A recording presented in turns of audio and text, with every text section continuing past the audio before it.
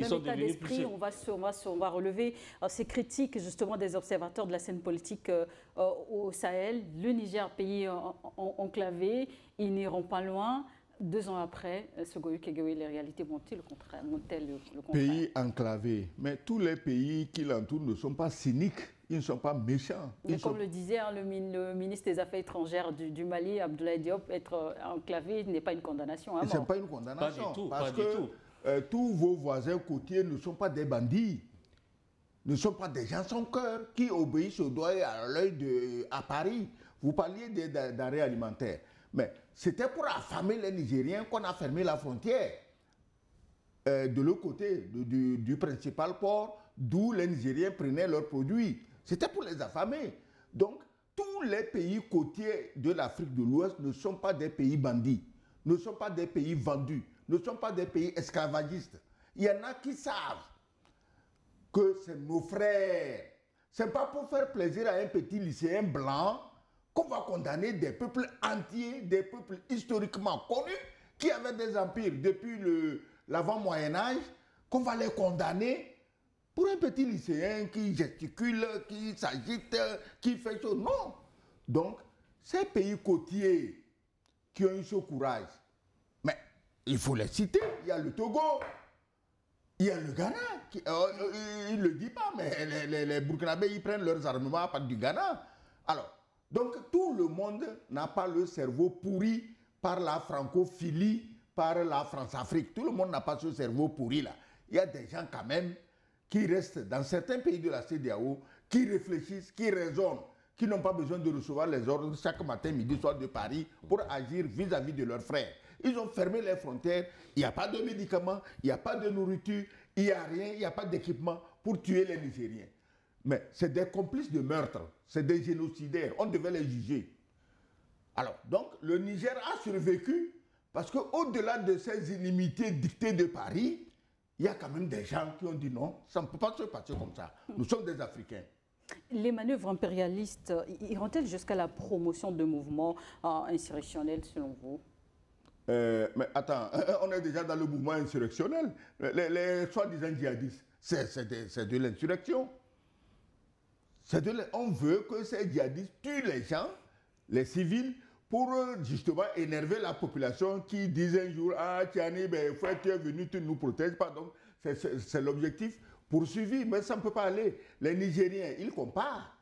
Le temps où les djihadistes se promenaient au palais présidentiel avec la bénédiction et la générosité de Bazoum, et le temps où les djihadistes sont maintenus loin du palais présidentiel, les Nigériens sont sur place. Moi, je ne suis pas au Niger, mais ils sont sur place, ils font des analyses et ils savent qu'est-ce qui est mieux pour eux. Mais au moins, ils ont la dignité, ils ont la souveraineté. Ils savent que leurs dirigeants ne sont pas des larbins, toujours en train de baisser la culotte devant le premier blanc venu.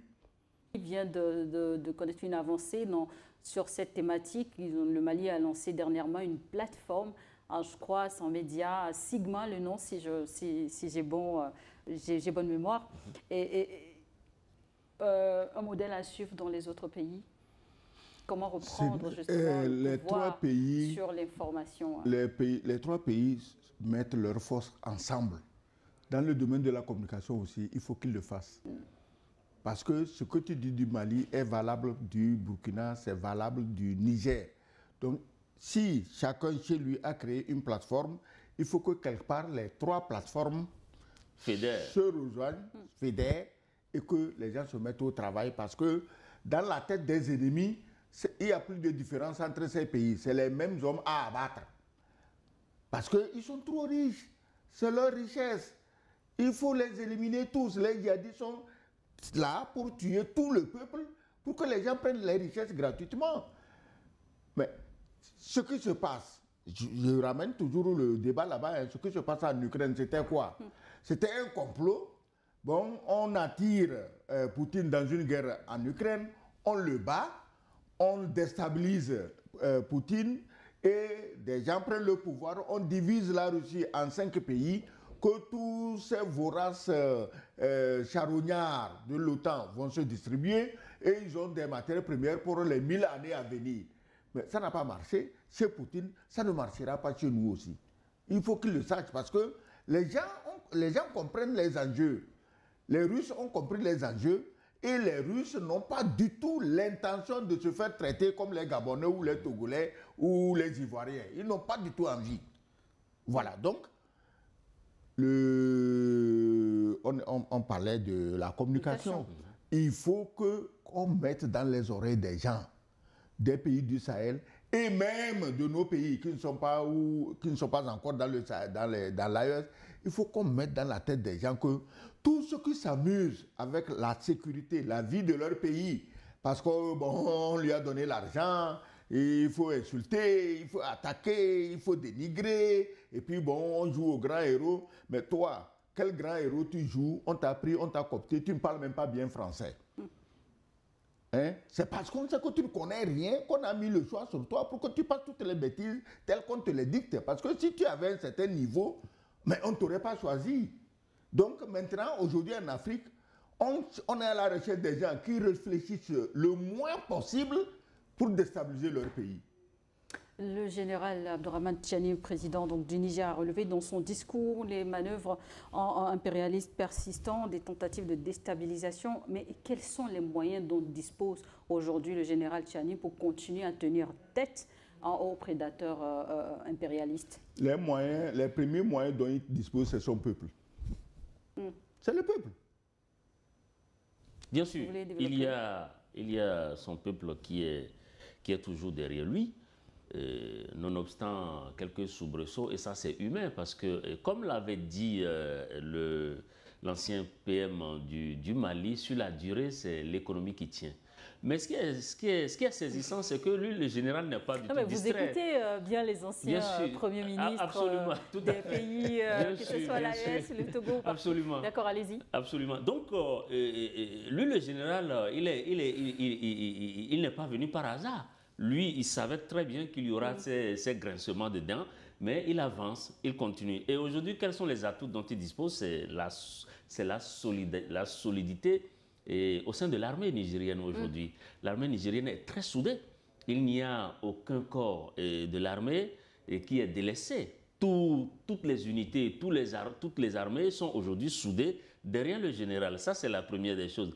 Et puis, le général, il est plus stratège que ce qu'on croit. Hein. C'est quelqu'un qui a une vision, qui a de l'avance. Donc, il y a le fait que l'armée est très soudée derrière le général, le président aujourd'hui. Ça, c'est la première des choses. Mais il y a aussi que la jeunesse est impliquée. Parce qu'aujourd'hui, quand vous prenez le gouvernement du Niger, vous avez un ministre qui est issu du Conseil national de la jeunesse.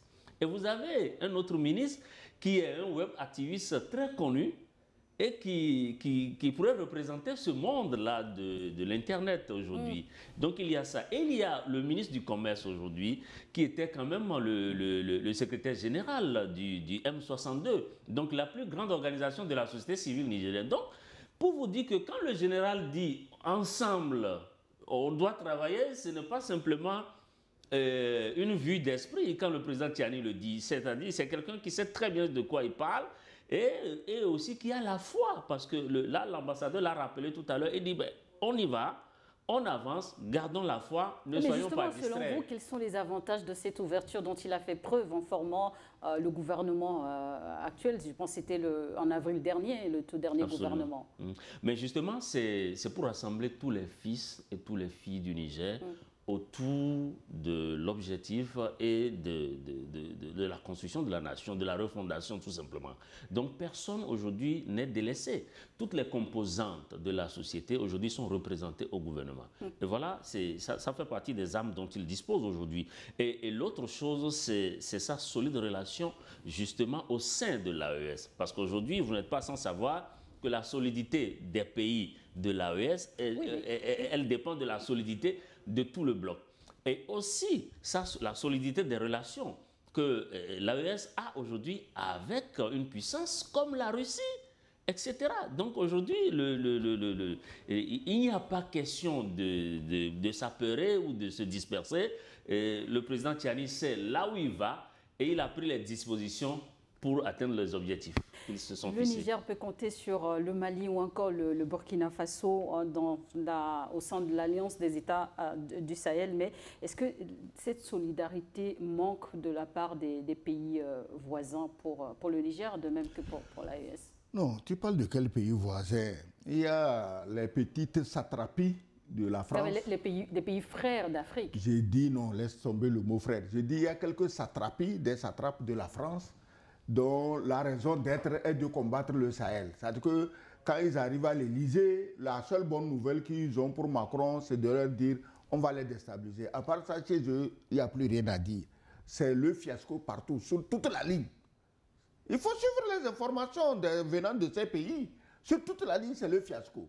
Donc, la seule raison de vivre, c'est de dire, ben écoutez, on va vous déstabiliser le Sahel. Donc, il y a quel pays frère? Le mot frère, là, moi, ça m'énerve finalement. Hein. Parce que si quelqu'un d'autre me trahit, ça ne me gêne pas. Mais si c'est mon frère qui me trahit, ça me gêne. Donc, il n'y a pas... J'ai appris à propos que l'armée burkinabé et nigérienne va défiler, les deux armées vont défiler aux côtés de leurs frères béninois à l'occasion de la fête. Finalement, vous l'avez utilisé le mot frère. Enfin, oui, laisse-moi parler. Dans quel contexte? C'est parce que justement, ils les invitent comme des frères.